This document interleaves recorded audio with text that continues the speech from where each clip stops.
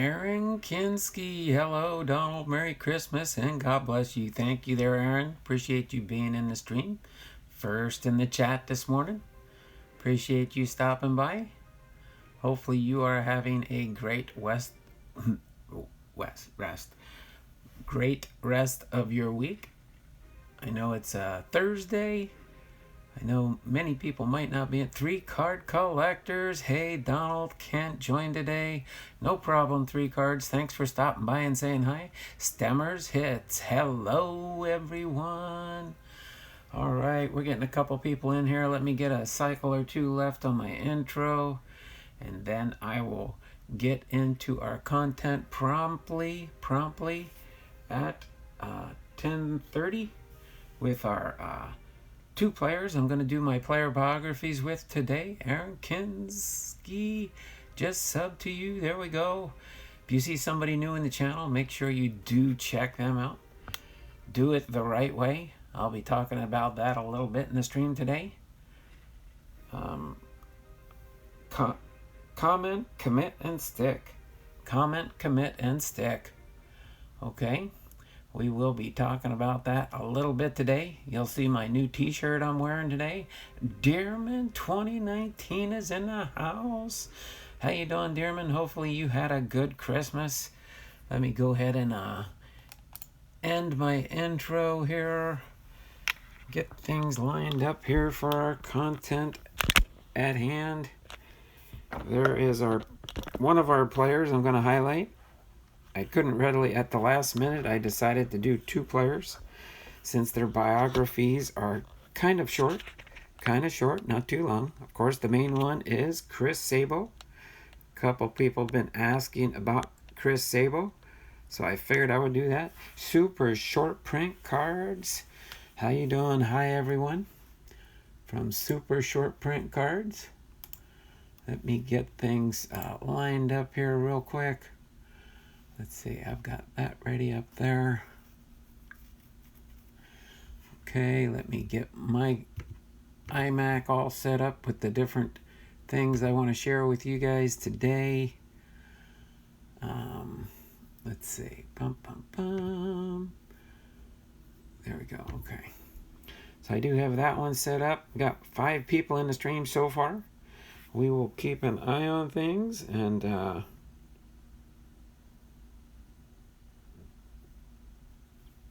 is a little bit cold outside for us here in the Pacific Northwest. Got down below freezing today. We are so bummed. No Mariano yet. If that's a player you want me to do a biography on, make sure you go to my community tab and you'll see my post that I put up there. Let me just show that to you real quick here. And until I do get my watch hours, pretty much I do have a way that you guys can super chat me. I'll go over that in a second here too. But of course, you can see where my mouse is right here circling around my community tab. Once you have 1,000 subscribers at least, you do get your community tab, and it don't take too long after you have your 1,000 subscribers verified. So why do people pick on Chris Sabo? Well, I'm not picking on him. I'm going to highlight his biography today. I wouldn't say that's really picking on him. I want to read through his bio, and then I'm also going to do one of the old timers, Preacher Rowe, only because I like his name. That's not his real first name, and he was not a pastor or a preacher, but it was kind of neat how that nickname stuck with him at a young age and kind of carried through his career. If you see it, I couldn't find any right now. Well, I do have, he's included in the Conlon collection. One of these days down the road, I'm going to highlight the Conlon collection. That's an awesome sports photographer from back in the day. And they created quite a few sets from the Conlon collection. I do have a book on the Conlon collection. I might highlight that too and read through some of the history behind the sporting news, basically photographer of Conlon. So Dearman, we might do that. We'll see how the how I might just include StreamYard into my stream here if it works right. I'm going to try and do that at the end. So if you want to stick around there, buddy, I'll probably do StreamYard for just a little bit, not too long, but I probably will do StreamYard today for a short time, and then me and my son are going to do something since he is home for the holidays and leaving next Monday to go back to Florida. So I will do that, but don't keep asking me, okay, buddy? I probably will do that at the end of the stream because the biographies are not too long today. I do have 10:30, but I'll go over this real quick. So on my About Me tab, you'll see my Community tab right here. If you click on that, it brings you into the Community tab. And then all I need for you to do is this post here where it says, for my new history video series, please choose the player or team. So again, one day a week I'm doing a player, one day a week I'm doing a team, a player biography, or a team history series, the two new video series that I'm working on. And then I will share that, but please post a comment in the comment section below. So far there are 5 comments here. Make sure you do give me a thumbs up when you join in. Okay? Make sure you do give me a thumbs up. But you go through the comments here, you can see Sally put something in, Chad Hopkins, Hats McGee, R. Posada, and NASCAR. So those people are the ones that have given me input so far on my history video series, and I am slowly selecting items to add up in there. So if you guys would want to put anything in there, make sure you do that. You can jump in on that and just add that into the Community tab. And then I have had a few people do this, but you can see off to the left here,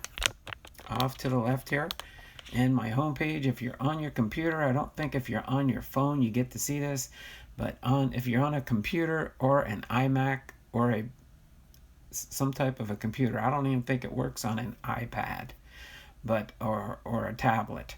But you can see here I do have, you can buy me a coffee. Again, if you click on this buy me a coffee, that just kind of brings you to a PayPal link where you could give me a super chat. That's my version of a super chat until I get monetized. Okay, so I'll just leave that be right there, and then give you a real quick update on my channel monetization. You can see on the bottom here where I stand. I'm getting closer percentage wise. You can see I still have just over 1,080 subscribers. I do have 3,437 public watch hours that have been verified from YouTube so far. So I need another 563 hours to get my 4,000 needed to be able to be monetized. Okay, so that's where I do stand there, just so you know. All right, and then without further ado, I am going to get into our content at hand here. Let me center down here. Move Chris Sabo up just a little bit for now.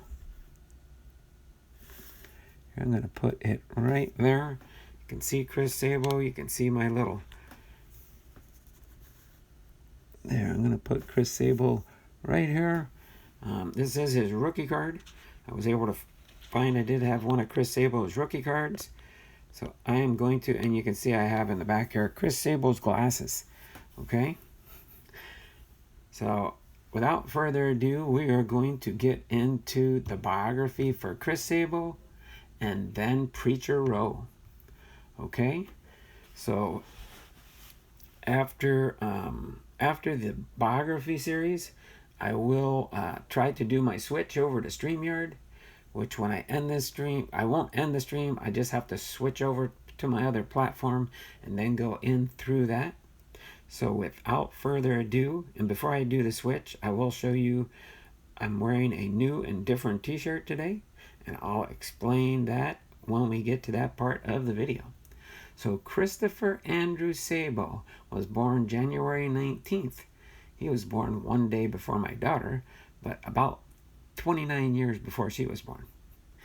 All right, is a former third baseman in Major League Baseball who played for the Cincinnati Reds in 1988 through 1993 and 1996.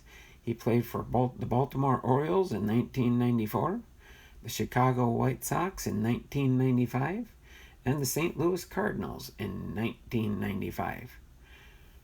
At 6 foot, 180 pounds, he batted and threw right-handed. He is currently the head baseball coach at the University of Akron. So for his early life, Sabo was born in Detroit, Michigan, the son of a plumber and a waitress. The Sabos lived in Rosedale Park, 3 blocks from the 1968 championship Detroit Tigers' Willie Horton. Sabo attended Detroit Catholic Central High School. In high school, he excelled as both a hockey goalie and a golfer, in addition to being one of the area's best baseball players. Twice earning all-state honors, Sabo played hockey on 2 national championships, 17 and under teams, and before enrolling at Michigan, also played hockey as a goaltender in 1 game in the Ontario Junior Hockey League for the Niagara Falls Flyers in the 1979-1980 season. As a senior, he was torn between pursuing a hockey career or a baseball career, but ultimately chose baseball and a scholarship to the University of Michigan, despite being drafted in the 1980 Major League Baseball draft by the Montreal Expos. In 1982, he played collegiate summer baseball with the Orleans Cardinals of the Cape Cod Baseball League. A third baseman, Sabo was a key component on a strong Michigan team that finished 3rd in the College World Series. In 1983, a season in which Sabo was joined as a starting infielder by future Reds teammate and Baseball Hall of Famer Barry Larkin. That season, Sabo earned First Team All-American from the Sporting News and Baseball America. As far as his professional career, Sabo was selected by the Cincinnati Reds in the 2nd round of the 1983 Major League Baseball draft. Sabo spent 5 seasons in the Reds minor league system, during which he never put up impressive numbers, although in 2 of those seasons he was named the most valuable player of his team. By 1988, he was given little chance of making the big league team out of spring training, but his ability combined with his grit and hustle was reminiscent of and endeared him to Reds manager Pete Rose. And with Buddy Bell starting the season on the disabled list and the Reds needing a third baseman, Sabo stepped in and was the opening day starter. Batting 8th, Sabo collected his first hit, stolen base, and run scored in the 7th inning and made a run-saving play on defense in the Reds' 5-4 12-inning win over the St. Louis Cardinals. Sabo continued to make the most of the opportunity throughout the season. On April 18th, he hit his first career home run, a solo shot off San Francisco Giants pitcher Mike Krukow. For the season, he posted a .271 average with 11 home runs and 44 RBIs, pounded out 40 doubles, and also stole 46 bases. He won the National League Rookie of the Year award and quickly became a fan favorite with his hustle and determination, punctuated by his flat-top haircut and ever-present wraparound protective eyeglasses, commonly known as rec specs. That season, Sabo was featured on the cover of Baseball America and the Sporting News and was the subject of a feature article in Sports Illustrated. After a forgettable 1989 campaign in which he was limited to 82 games, Sabo returned to help lead the Reds to a World Series championship as he batted .270 with 25 home runs and 71 RBIs. Sabo also had an outstanding World Series, batting an astounding .583 with 9 hits in 16 at-bats, including 2 home runs and 5 RBI, plus 2 walks. At the Reds' Fountain Square victory celebration, he famously grabbed the microphone and bellowed to the cheering crowd, "We've got the rings, we've got the money, we've got everything." He had his most productive season in 1991, posting career highs in batting average 301, home runs with 26, RBIs with 88, hits with 175, and games played 153. Sabo made the National League All-Star team in 1988, 1990, and 1991.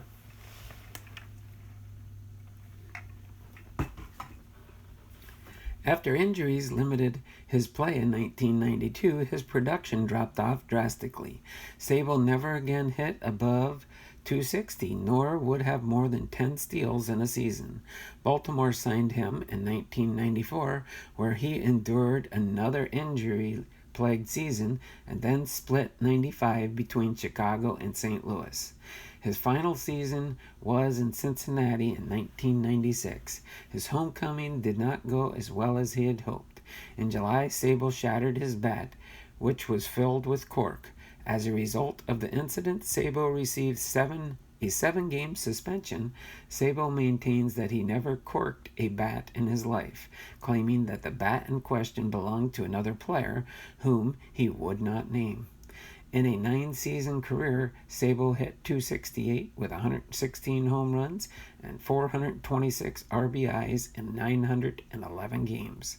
Also an excellent fielder, Sabo led the National League third baseman and fielding percentage in 1988 and 1990 and was second in 1991.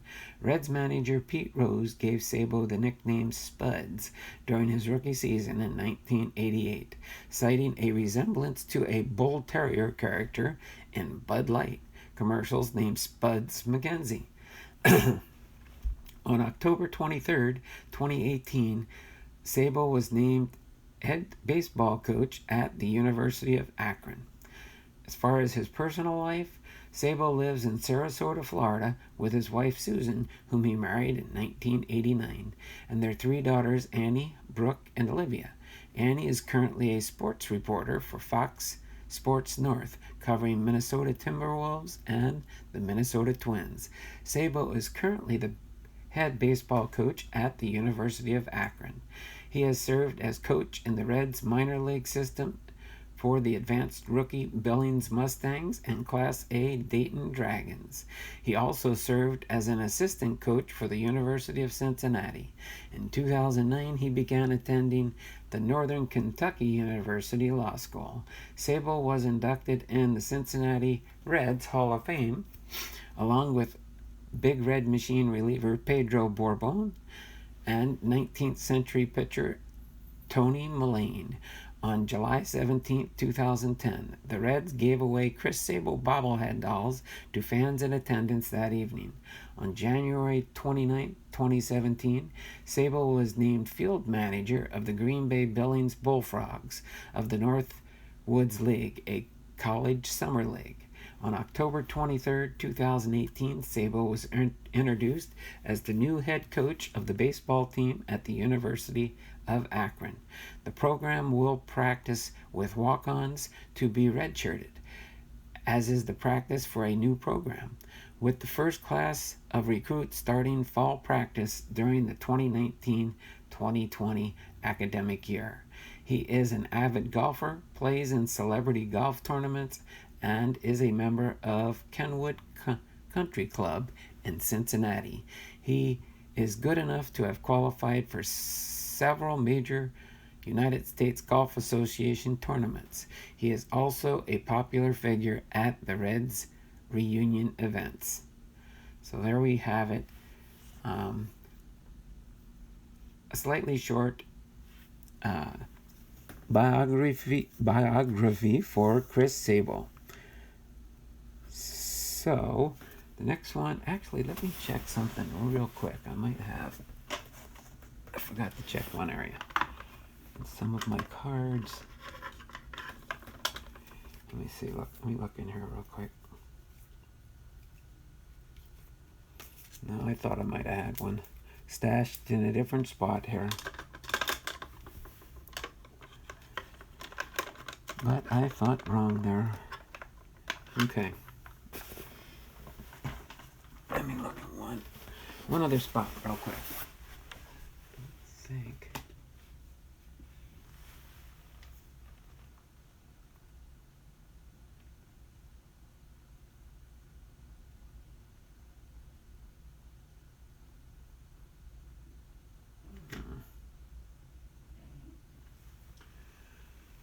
Okay. I thought maybe I might have had one hidden there. But I was thinking wrong. I thought I had a Preacher Row somewhere. But, so hope everyone had Sally Lloyd, there we go. Sally Lloyd is in the house. We're up to 6 people now. Let me just readjust this real quick. And I will go now to Preacher Row and quickly go over his, and then maybe we'll go into some StreamYard. Okay? But for now, let me just get this realigned here. That way you can see most of my stuff there on the board. Yeah. All right. So let's go into Preacher Row's biography for another short biography. And this will kind of touch base just slightly a little bit on why his name was called Preacher Row. His full name was Elwin Charles Rowe, born February 26, 1916, and he died on November 9th, 2008, known as Preacher Rowe, was a Major League Baseball pitcher for the St. Louis Cardinals in 1938, for the Pittsburgh Pirates in 1944 through 47, and the Brooklyn Dodgers from 1948 to 1954. All right. Early years of Preacher Rowe. Rowe was born February 26, 1916 in Ash Flat, Arkansas, and grew up in Viola, Arkansas.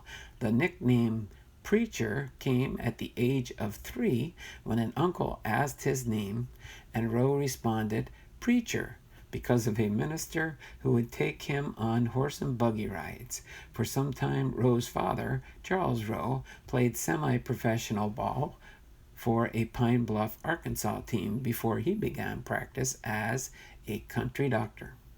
As far as Preacher Rowe's college career from 1935 to 1939, Rowe attended Harding College, now Harding University, while majoring in education, and he received a baseball scholarship and also tried his hand at basketball. At Harding, in a 13-inning game in 1937, Rowe gained national attention by striking out 26 batters. As far as his Major League Baseball career, he was with the St. Louis Cardinals in the summer of 1938. Rowe was signed by Branch Rickey, then general manager for the St. Louis Cardinals. Rowe pitched in 1 game for the team that season, giving up 6 hits, 2 walks, and 4 runs in 2 2/3 innings. He spent the next 5 seasons in the Cardinals' minor league system before being traded to the Pittsburgh Pirates on September 30th, 1943, in exchange for pitcher Johnny Pujanji, outfielder Johnny Woystrek, and cash. All right. When he was with the Pittsburgh Pirates as a fastball pitcher with the Pittsburgh Pirates, Rowe had a record of 13-11 with a 3.11 earned run average in 1944 and a 14-13 record with a 2.87 ERA in 1945. His 148 strikeouts in the 1945 season led the National League, and he was elected for but did not play in the 1945 All-Star Game while coaching high school basketball after the 1945 season. Rowe suffered a fractured skull in a fight with a referee. His pitching suffered in the following seasons, with his record falling to 3-8 and an ERA of 5.14 in 1946, and deteriorated further in 1947 as he finished the season with a record of 4-15 and an ERA of 5.25. Ralph Kiner, he said, stood in a hole in the outfield. He caught balls hit to his hole, but otherwise did not field. One can get great flavor of Old Preach, as he was called, by reading Roger Kahn's book, The Boys of Summer.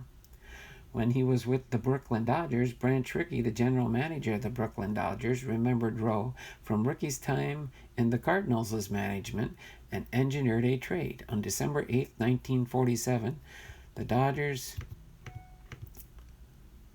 got Rowe and infielders Billy Cox and Gene Mauch in exchange for pitchers Hal Gregg and Vic Lombardi and outfielder Dixie Walker.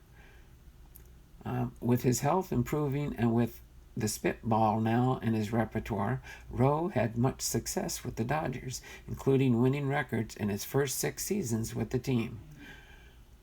Rowe finished the 1948 season with a record of 12-8 and an ERA of 2.63. Selected to play in the 1949 All-Star Game, Rowe pitched in the 9th inning, retiring all 3 batters he faced. He improved further in the 1949 season, finishing with a 15-6 record and a 2.79 ERA.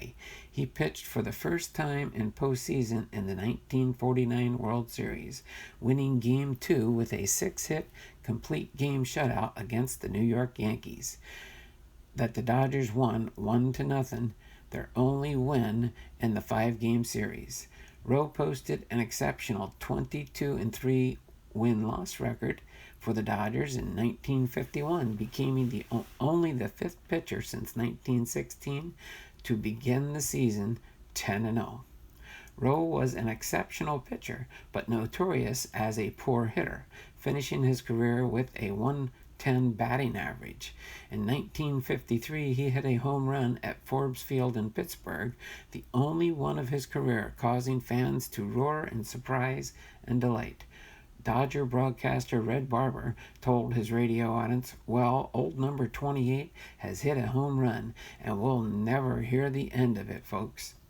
Rowe was still pitching in the majors at the age of 39, unusual at the time, and was the 3rd oldest player in the National League in the 1954 season, his last year in the majors. When asked to explain his longevity, he replied, "Clean living and the spitball." He described his methodology in a 1955 article in Sports Illustrated. "The outlawed spitball was my money pitch," published a year after he retired. Rowe's overall career statistics were hurt by the fact that he was away from baseball during World War II, and that for 2 of the years he pitched for the Pirates, they were among the worst teams in the National League, contrasting the fielding of the Dodgers and the Pirates. He once said that a pitcher should pay to pitch for the Dodgers, whereas the Pirates' second baseman and shortstop were the goalposts, with the ball bouncing between them. After being taken out of the game in the 2nd inning, Rowe commented that sometimes you eat the bear and sometimes the bear eats you. So after baseball, Rowe lived in West Plains, Missouri, where he for many years operated a small grocery store, now a florist shop, on the outskirts corner of Broadway and Porter Wagner Boulevard, and has a street named after him, Preacher Rowe Boulevard, which included US 160 north of the US 63 bypass until the city rerouted US 160 and Route 17 after the year 2000. US Route 160 still runs as Preacher Rowe Boulevard south of US 63, a common ball field in Salem, Fulton County, Arkansas, 18 miles from Rowe's birthplace of Ash Flat, is known as Preacher Rowe Park. The book Carl Erskine's Tales from Dodgers Dugout Extra Innings in 2004 includes a short stories from former Dodger pitcher Carl Erskine. Rowe is prominent in many of these stories. Rowe died on November 8, 2008 from colon cancer. So there we go. That is the second short biography for today of Preacher Rowe. All right. So I'll show you a picture since I didn't have a card of him. Show you a picture of Preacher Rowe here. Oh, I turned that around. Didn't want to turn that around yet. There we go. There's a black and white photo there of Preacher Rowe when he played for the Dodgers. Just so you guys know. 631 slots. How you doing? All right, we're up to eight people in the stream. 8 people in the stream. That's fine. So let me set Chris Sabo aside here. Get ready to turn the camera around and chit chat with you guys for just a little bit here before I go into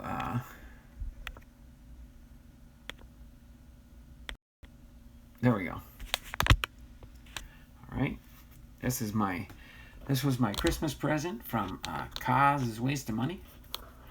I'm wearing this throwback Seattle Mariners ball cap. So hopefully you guys had a great and wonderful Christmas. Let me see if I can scroll this down here. There we go. There's my new t-shirt for this. I got this just before Christmas, but wanted to highlight it after. Since leading up to Christmas, including Christmas Day, I had my Santa cap on. I had my Christmas shirt on, my Christmas t-shirt, which is going to be washed and be ready back in the archives till next Christmas, or right after Thanksgiving. I'll start wearing my Christmas shirt again. So hopefully everybody is doing good. We do have about 8 people in the stream right now. So comment, commit, and stick. Comment, commit, and stick. Okay? So you're thinking, okay, why comment, commit, and stick? Well, comment. Make sure when you do watch somebody's videos, you do leave a heartfelt comment on the video. YouTube doesn't like it when you do spam type comments, or if you put some emojis. If you're actually going to do a heartfelt comment, try not to put emojis in it. Just make it especially if you're commenting on a video, okay? If you're watching videos one at a time and you want to comment on them, that is good. It's good to get comments on videos. Good to get your thumbs up. Make sure you do, when you do put a comment, make sure you give that video a thumbs up if you find it in your heart to do so. I don't mind if it's a thumbs down. I get it. Some people just don't like baseball card collecting. Some people don't like baseball cards history, things of that nature. But you never can tell. And then, of course, the commit part. Commit. Make sure you commit to help a channel out if you do like their content. Commit to help them. And then, of course, the stick. You think stick. Oh yeah, if you find a channel that you do enjoy their content, make sure you stick around with them. Make sure you can help them out whenever it is possible, okay? So let me get this. I know are some people here that weren't here earlier. I will highlight before we switch over to StreamYard for a little bit, and we will go over everything that's involved in that. But I just wanted to, let me get this adjusted right here on my tripod. There we go. So comment, commit, and stick. Today I'm committed to finishing is cheesecake. Did you have some cheesecake for Christmas yesterday there, Paul? That's pretty cool. I like cheesecake, but cheesecake don't like me. But no, hopefully you guys enjoy this. I usually have this going here. I'm playing somebody's videos on my other computer here as we do my live stream.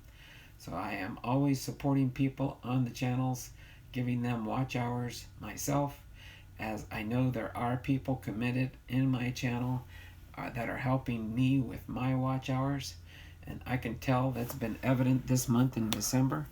I'll just give you a real quick update here. For those that know, I do track. So at the beginning of December, I did have I had 2,976 watch hours. 2,976 watch hours. And as of today, let me turn the camera around here and you can see I have 3,437 watch hours toward my 4,000 watch hours needed. I made some cream cheese pastry mincemeat pies. That sounds awesome there, Sally. That is cool. I like cream cheese and mincemeat pies. That's gotta be awesome tasting. Too bad you're too far from me. I'd come and join you with eating some of that mincemeat pie. But so yeah, so this is my logbook I keep, or I do log my hours, kind of keep track each and every day. I could see early on in the month I wasn't doing so hot, but that's when I was actually working with Amazon. And then once I did go back to doing YouTube, you can see where the numbers have pushed up, especially since probably about the 19th to date. I was getting close to an average, overall average, about 40 hours a day, which is nice. That means people are watching my videos, and I do appreciate that. Let me set this one aside for now. And what I am going to do next is I'm going to try and switch over to StreamYard to see if anybody would like to join in. Is Dearman still hiding out in the background? If I ever come over, I'll bring the recipe and make you some, Donald. No problem there, Sally. I will take you up on that. Okay? If you ever get out to the Seattle area, or even if it's on the East Coast, I could try and plan it. Well, of course, I will be making a trip to the East Coast next summer for the Nationals. I am still planning on doing my best to be there for the Nationals next summer in Atlantic City, New Jersey. So I will be planning that for next year. So what I am going to make an attempt to do is close out. If it doesn't work, I will come back to Streamlabs, okay? But I'm going to try and make a change here. Let me turn now I'm going to leave the camera right here, actually. And I'm going to see if I can close this out real quick and switch to StreamYard. Keep event.